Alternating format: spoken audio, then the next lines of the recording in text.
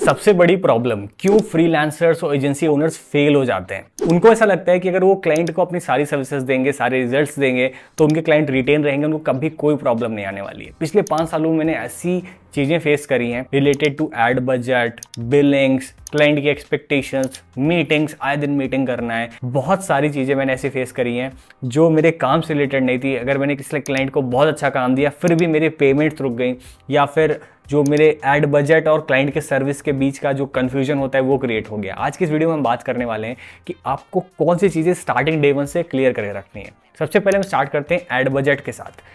जब भी आप क्लाइंट के साथ काम स्टार्ट करते हो, डे 1 से आपको क्लियर करना है कि एड बजट, पहले बात तो अगर नया क्लाइंट है खास करके इंडिया में, आप उसको क्लियर बता दो कि एड बजट क्या होता है और सर्विसेज आपकी जो आपकी फीस है वो क्या होती है और उसमें आप क्या क्या दे रहे हो। नहीं तो क्लाइंट को लगेगा कि गूगल फेसबुक को तो पे ही कर ही रहा है, बट आपको वो क्यों पे करे।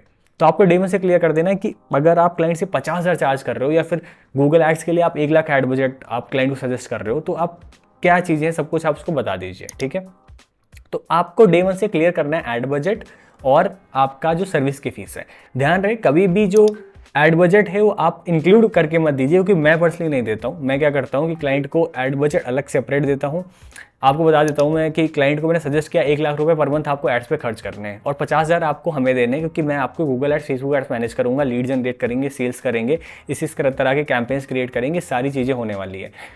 तो इस तरह से मैं क्लाइंट को सारी चीज़ें अपडेट कर देता हूँ, बता देता हूँ। उसको रिटर्न में मैं आप उसको एग्रीमेंट में सब कुछ बना के दे देता हूँ। राइट, कभी भी आपको एड बजट ना ही उसमें इंक्लूड करके देना है, और अगर क्लाइंट अलग से भी पे कर रहा है तो अपने अकाउंट में भी नहीं लेना है। मैंने स्टार्टिंग में गलती करी, मैंने बहुत सारा पैसा अपने ही पर्सनल अकाउंट में ले लिया। क्लाइंट ने कहा ठीक है मैं आपको कैश दे दूंगा अगर लोकल क्लाइंट है, या फिर उसने कहा मैं गूगल पे, फ़ोन पे कर दूंगा, आप अपने एंड से ऐड कर दो। मैं स्टार्टिंग में ऐसा करता चला गया और जो मेरे ट्रांजेक्शन तो बढ़ते चले गए। जब मैंने 1 साल 2 साल बाद सीए से कंसल्ट किया तो उन्होंने बताया कि मैं कितना बड़ा ब्लंडर कर चुका था, कितनी बड़ी मिस्टेक हो चुकी थी, जो कि मैंने फिर उसको सही से तुरंत सही किया, क्योंकि उतने ज़्यादा ट्रांजैक्शंस नहीं थे, बट बहुत बड़ी वो दिक्कत हो सकती थी। आपको कभी भी क्लाइंट का एड बजट अपने अकाउंट में नहीं लेना है। कोशिश करिए कि अगर 2-3 हज़ार रुपये का है तो, अगर एकदम नया क्लाइंट है तो आप कर सकते हो, बट मैं सजेस्ट नहीं करूँगा। आप स्टार्टिंग डे 1 से क्लाइंट को क्लियर करिए, उसको बता दीजिए कि ऐड बजट आपको कैसे ऐड करना है। गूगल मीट पे, जूम पे बैठ के उसको आप एक्सेस दे दीजिए और वो अपना पैसा खुद अकाउंट में डालता रहेगा। और कभी भी जो ऐड का बजट है उसको सेपरेट बता दीजिए, कितना उसको एड्स पे लग रहा है, कितना आप सर्विस के लिए चार्ज कर रहे हो, जो आप चार्ज कर रहे हो उसमें क्या क्या दे रहे हो। ये चीज़ें आपको रिटर्न में क्लियर करनी है। रिटर्न में क्लियर नहीं करोगे आप फंस जाओगे बहुत तगड़ा। ठीक है, तो ये गलतियां मैंने करी, आपको सारी गलतियां नहीं करनी है। दूसरी चीज़ आ जाते हैं बिलिंग पे, बिलिंग डेट्स। बहुत सारे लोग ये गलती करते हैं, क्लाइंट का काम शुरू कर देंगे, उससे कोई एडवांस नहीं लेंगे। फिर जब क्लाइंट 2 दिन, 4 दिन, 5 दिन काम करता है, और स्टार्टिंग में ऐसी पॉसिबिलिटी होती है कि क्लाइंट को ऐसा लगता है कि हम पैसा इसलिए पहले मांगते हैं कि ताकि काम ना चल पाए, नहीं हो अच्छा, फिर भी हमसे पैसे ले सके। बट ऐसा नहीं है। बहुत सारे क्लाइंट को खास करके इंडिया में स्टार्टिंग में नहीं पता होता है कि डिजिटल मार्केटिंग में टाइम लगता है। कोई भी अगर हम कैंपेन लॉन्च करते हैं गूगल एड्स, फेसबुक एड्स पे, तो उसको ग्रो करने में टाइम लगता है। 7-8 दिन का तो लर्निंग फेस ही होता है। ऐसे नहीं मतलब कैंपेन आया, पैसा डाला और आपका एकदम से जादू हो गया, चलने लगा, ऐसा नहीं होता है। तो क्लाइंट को क्या होता है, जहाँ कैंपेन चला 7 दिन 8 दिन, रिस्पॉन्स नहीं आया, उसको लगता है तो बंदा कर नहीं पा रहा है, हटाओ, बंद करो। आपकी 7-8 दिन की मेहनत भी गई। स्टार्टिंग में बहुत मेहनत लगती है यार, क्लाइंट को ऑनबोर्ड करना, एक्सेस लेना, मीटिंग्स करना, उसके बिजनेस को समझना, स्ट्रैटेजी बनाना, कैंपेन सेटअप करना, बहुत मेहनत लगती है। और आप क्या करते हो, आप क्लाइंट से बिना पैसे की बात किए, बिना बिलिंग क्लियर किए सब कुछ शुरू कर देते हो, और फिर आप उसको बैठ के रोते हो कि यार क्लाइंट चला गया, क्लाइंट ने पैसे नहीं दिए, क्लाइंट ने पूछा नहीं। आपको डे 1 से अपने प्रोफेशनलिज्म को मेंटेन करके रखना है। आपको क्लियर करके रखना है कि भाई देखो ये काम है हमारा, हम आपको ये काम करके देंगे, इसका इतना पैसा बनेगा आपका। जैसे अभी इस टाइम हम लोग क्लाइंट से फुल पेमेंट लेते हैं एडवांस, कि आपको फुल 100% पेमेंट एडवांस करनी है, हम आपका काम शुरू करेंगे, इस डेट पर आपकी नेक्स्ट बिलिंग होने वाली है। स्टार्टिंग में हम क्या करते थे, क्योंकि उस टाइम तब उतनी अथॉरिटी नहीं थी, उतना हमारा वर्क पोर्टफोलियो नहीं था, उतना हमें क्लाइंट को हम आउटरीच करते थे बहुत सारे क्लाइंट्स को, तो उस केस में हम क्लाइंट से बट 50% लेते थे। कभी भी हमने जीरो पे काम नहीं किया है किसी भी क्लाइंट को, और शायद हमने स्टार्टिंग में तो क्लाइंट्स के लिए काम किया था तो हमको बहुत दिक्कत हुई थी और फंसे भी थे। तो इस चीज़ को मैं आपको समझा रहा हूँ, आपको फंसना नहीं है। आपको क्या करना है, स्टार्टिंग में अगर आप नए हो तो आप 50% पेमेंट लो एडवांस। अगर नहीं दे रहा क्लाइंट तो प्लीज़ को ना बोल दो। आप को भी, आपके काम को भी उसको रिस्पेक्ट करना चाहिए। अगर आपके काम को कोई रिस्पेक्ट नहीं कर रहा है, आपके एफर्ट्स को रिस्पेक्ट नहीं कर रहा है, तो आई डोंट थिंक वो रिलेशनशिप या फिर वो क्लाइंट के साथ काम बहुत लॉन्ग टर्म चलने वाला है। आप उस टाइम उसको प्लीज़ ना बोल दीजिए, ठीक है। आपको बहुत सारे क्लाइंट्स मिलेंगे, अगर आपका काम अच्छा है, आप एफर्ट्स डाल लो तो आपको बहुत सारे आगे क्लाइंट्स मिलेंगे। आप 50% एडवांस लीजिए, क्लियर कर दीजिए कि जब भी आपकी कैंपेन शुरू हो जाएंगे, इसमें दो चीज़ कर सकते हो, आइदर कैंपेन शुरू हो के 5 दिन बाद अंदर अंदर आप रिमेनिंग पेमेंट्स ले लो, या फिर शुरू होने से लाइव करने से पहले ही आप रिमेनिंग पेमेंट ले सकते हो। मैं सजेस्ट करूंगा अगर एकदम ही नए हो, अभी मार्केट में हो, तो एटलीस्ट 4-5 दिन क्लाइंट को कैंपेन चला के दिखा दो, कैंपेन चलने लगे, स्टार्टिंग से क्लियर कर दो कब रिजल्ट आएगा कब नहीं आएगा, कितना टाइम लर्निंग फेस में रहता है कितना नहीं। 5 तारीख तक आप पैसा ले लो, और अगर आप थोड़ा बहुत काम कर चुके हो तो कैंपेन शुरू करने से पहले पैसा तो ज़्यादा अच्छा होगा, नहीं तो फिर उसमें यही दिक्कत आएगी कि फिर क्लाइंट को कई बार इंडिया में खास करके तो समझ में नहीं आता है, और उसको लगता है कि ये बंदा कर नहीं पाएगा, इसकी कैपेबिलिटी नहीं है। आइदर उसको प्रेशर करने लगेंगे कि आप ये चेंजेस करो, ये सारी चीज़ें करो, और उस बंदे को भी लगने लगता है यार कि अगर कैंपेन नहीं चला मेरे पैसे फंस जाएंगे, सब चीज़ें, तो इसलिए बहुत सारे काम नहीं चलते हैं। आपको बिलिंग क्लियर करके रखना है। एक बिलिंग क्लियर हो गई, आपको बता देना कि नेक्स्ट बिलिंग कब आने वाली। इसमें हमारे बहुत सारे ऐसे क्लाइंट थे क्योंकि स्टार्टिंग में हम तो एग्रीमेंट देते नहीं थे, कुछ नहीं करते थे। क्लाइंट से जब नेक्स्ट मंथ पैसे मांगते तो कहते थे क्या फिर से इसके पैसे पड़ते, मुझे तो लगा वन टाइम है ये। तो बहुत सारे ऐसे इंडिया में क्लाइंट होते हैं भाई, जिनको लगता है कि एक बार वो पैसा दे देंगे और हम उनके ज़िंदगी भर ऐड चलाते रहेंगे, हम काम करते रहेंगे, उनको पता ही नहीं होता है।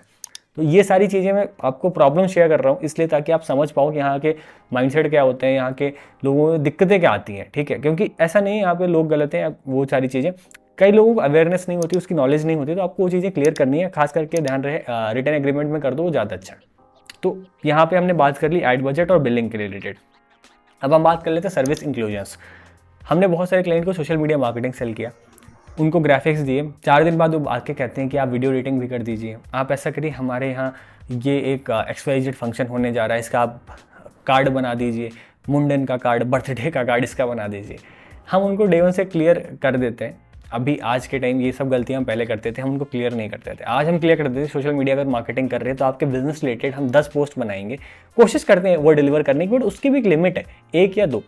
दूसरी चीज़, प्रिंटिंग और बैनर्स और जो प्रिंटिंग पर्पस से जो डिज़ाइंस होती हैं वो थोड़ी अलग होती है, उसमें ज़्यादा एफर्ट, ज़्यादा टाइम चाहिए होता है, और उसके कॉन्सेप्ट थोड़े डिफरेंट होते हैं। तो हमने क्लियर कर दिया कि कोई भी प्रिंटिंग पर्पस से नहीं बनेगा आपका, इसमें इंक्लूजन्स नहीं सोशल मीडिया में। अगर आप प्रिंटिंग पर्पस से बनवाते हो तो उसकी कॉस्टिंग अलग होगी, उसका पैसा अलग से जाएगा, ठीक है। तो वो हम देखेंगे किस तरह का आप काम करा रहे हो। जो भी हम आपको क्रिएटिव दे रहे हैं सोशल मीडिया के लिए, वो सिर्फ डिजिटल यूज़ के लिए ही है। सो डे 1 से ही हम सारी चीज़ें क्रिस्टल क्लियर करके रखते हैं, क्या क्या इंक्लूजन्स हैं, सब कुछ एग्रीमेंट में उसको लिख के देते हैं। अब आ जाते हैं सबसे इंपॉर्टेंट चीज़ पे, चेंजेस। बहुत सारे लोग परेशान रहते हैं कि वेबसाइट में चेंजेस आ रहे हैं बार बार, ग्राफिक डिज़ाइनिंग में, वीडियो एडिटिंग में चेंजेस आ रहे हैं। आपको डे 1 से इसको क्लियर करना है। आप इसको एग्रीमेंट में मेंशन करके दे सकते हो कि वेबसाइट, ग्राफिक या वीडियो एडिटिंग, इसमें आपके 4 से 5 चेंजेस होंगे। अगर आपको जितने भी चेंजेस समझ में आ रहे हैं आप उसको 4 या 5 बार में बता दीजिए। उसके बाद भी अगर आप चेंजेस करा रहे हो, रिविजन्स करा रहे हो, तो पर चेंजेस आपको इतना पैसा पे करना पड़ेगा, 1500, 2000, जो भी आप मेंशन कर सकते हो। क्योंकि इस केस में क्या होता है, क्लाइंट को डे 1 से पता होता है कि हमें 2 या 4 बार में, 5 बार में ये चेंजेस अपने बता देने हैं। ऐसा नहीं कि इसको मैं 10 बार भी कराता रहूँगा, फिर अपने हिसाब से कराता रहूँगा, फिर मैं 10 लोगों को दिखाऊंगा, उनके पॉइंट ऑफ व्यू लूँगा, उसके हिसाब से चेंजेस कराऊंगा। तो ये सारी चीज़ें अगर आप क्लियर कर दोगे क्लाइंट के साथ, तो आपको क्लाइंट को कभी कोई इशू नहीं आएगा, कभी कोई कन्फ्लिक्ट नहीं आएगा। अब लास्ट में आ जाते हैं सबसे इंपॉर्टेंट है, जो कि होती है मीटिंग्स। क्योंकि मीटिंग अगर आप नहीं करते हो क्लाइंट के साथ, तो क्लाइंट बहुत लंबे तक रिटेन नहीं कर पाओगे, आपको दिक्कत आने लगेगी। और अगर आप हर दिन मीटिंग ही करते रहोगे तो काम पे कब ध्यान दोगे।